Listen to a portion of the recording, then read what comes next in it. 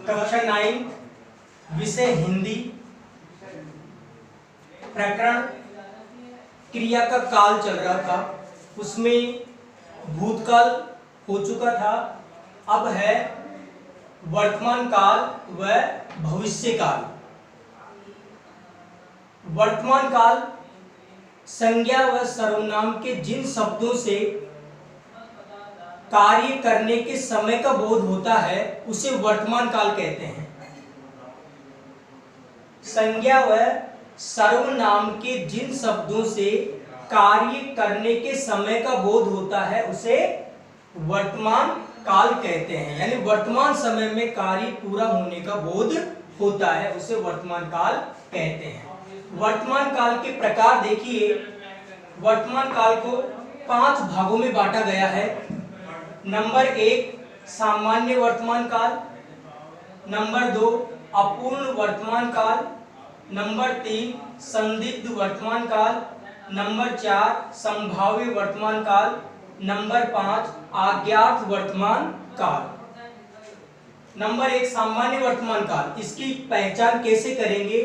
वाक्य के अंत में ता है, ती है, ते है, इनमें से कोई शब्द आता है। वाक्य के अंत में ता है, ती है, ते है में से कोई शब्द आता है। जैसे उदाहरण देखिए, गरिमा गाना गाती है, गरिमा गाना गाती है, तो वाक्य के अंत में ती है, तो यह सामान्य वर्तमान काल को दर्शाती है। नंबर 2 अपूर्ण वर्तमान काल, इसका लक्षण देखिए, वाक्य के अंत में रहा है, रही है, रहे हैं, इनमें से कोई एक आता है। यानी अपूर्ण वर्तमान काल में कार्य चल रहा होता है, कार्य पूरा नहीं होता, कार्य चल रहा है। वाक्य के अंत में रहा है, रही है, रहे हैं, इनमें से कोई एक आता है। जैसे उदाहरण देखिए, प्रशांत खेल रहा है, प्रशांत खेल रहा है, तो रहा है यह अपूर्ण वर्तमान काल की क्रिया है। यानी इसका खेल अभी पूरा नहीं हुआ, यह अभी तक खेल ही रहा है। संदिग्ध वर्तमान काल, तीसरा काल देखिए, संदिग्ध वर्तमान काल, संदिग्ध में संदेह बना रहता है और वाक्य के अंत की जो क्रिया होती है उसमें ता, ती, ते के साथ होगा, होगी, होंगे, इनमें से कोई एक आता है। ता, ती, ते के साथ होगा, होगी, होंगे, इनमें से कोई एक आता है। जैसे राम पत्र लिखता होगा, अब ये पता नहीं उसने पत्र लिखा या नहीं, लेकिन संदेह है कि राम पत्र लिखता होगा। संभाव्य वर्तमान काल देखिए, अपूर्ण क्रिया की संभावना और इसमें शायद शब्द का प्रयोग होता है।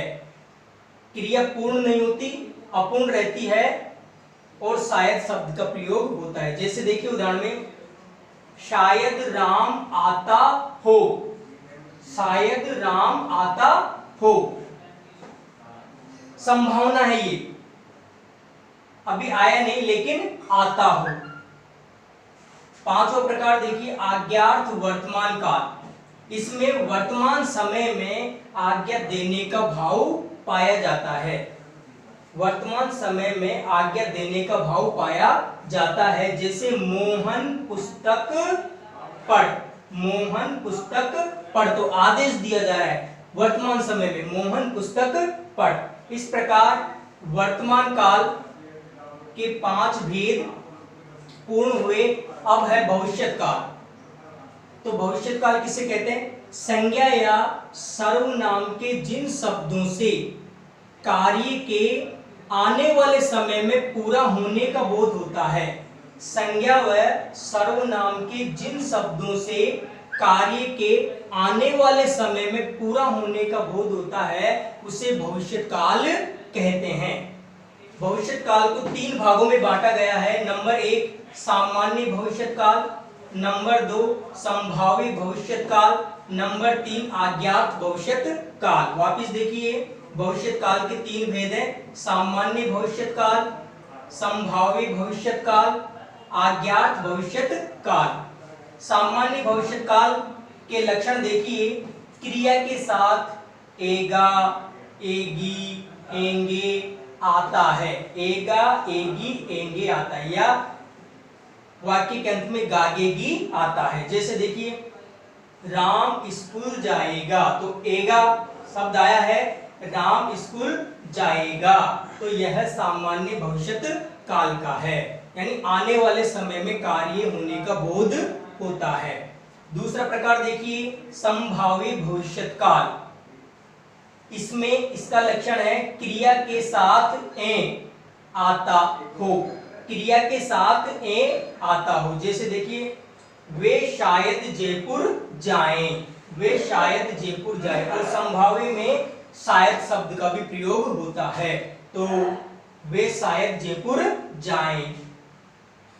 तीसरा भेद है अज्ञात भविष्यत काल। इसमें आने वाले समय में कार्य करने के बारे में आज्ञा दी जाती है, आदेश दिया जाता है। इसकी पहचान कैसे करेंगे?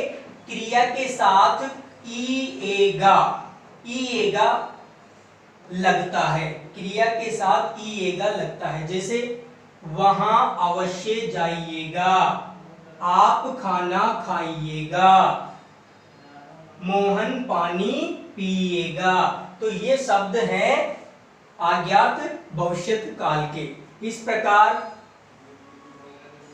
क्रिया काल के आधार पर तीन प्रकार की होती है, वर्तमान काल, भविष्यत काल और भूतकाल। तो वर्तमान काल, भविष्यत काल ये हो गया, और भूतकाल आपका पहले हो गया था। और कल हम पढ़ेंगे पद्य पाठ में कबीरदास जी का पाठ। धन्यवाद।